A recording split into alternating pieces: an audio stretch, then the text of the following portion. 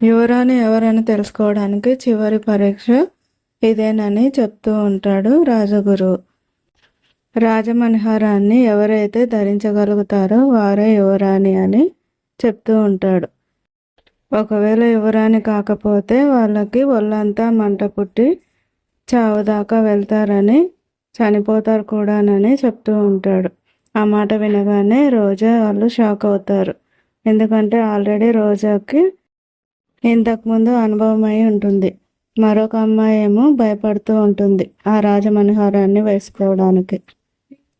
వీళ్ళ మొహాలు చూసి ప్రేమ్ ఇప్పటికైనా తప్పుకోండి, యువరాణి కాని వాళ్ళు లేదంటే ప్రాణాలు కోల్పోతారని అంటూ ఉంటాడు.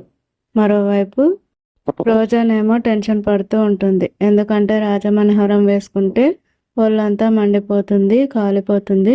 వేసుకోకపోతే యువరాణిని కాలేనని, వేసుకున్నా యువరాణి కాదని తెలుస్తుందని భయపడుతుంది. రోజాని చూసిన చామంతి తనేమీ చేయలేదని చాలా ధీమాగా ఉంటుంది. ఇప్పుడు చేయవే, ఏం చేస్తావు అని మనసులో అనుకుంటూ ఉంటుంది.